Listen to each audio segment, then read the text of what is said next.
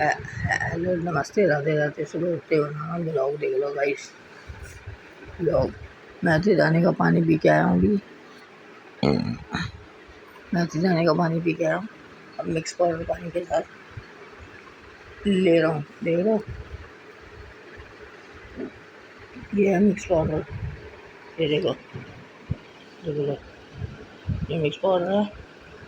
इसको पानी के साथ लूँगा अभी। ये देखो मिक्स कर रहा हूँ। ये देखो मिक्स पाउडर है। ये देख रहे ना मिक्स पाउडर। इसको पानी के साथ लूँगा और फिर साफ रहेगा। वजन कम हो रहा है, शुगर कंट्रोल होती है और मोटापा बढ़ता है और सुस्ती बढ़ जाती है।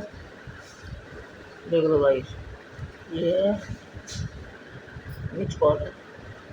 अब इसको पानी के साथ दे रहा हूँ। देख लो गाइस देख लो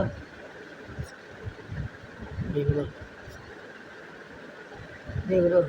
लाइक करो, शेयर करो, कमेंट करो, सब्सक्राइब करो। ये लाइक तो बनता है। मैं आपको शुरू होते हैं नया नया वीडियो बना के दिखाता हूँ गाइस। देख लो देख लो।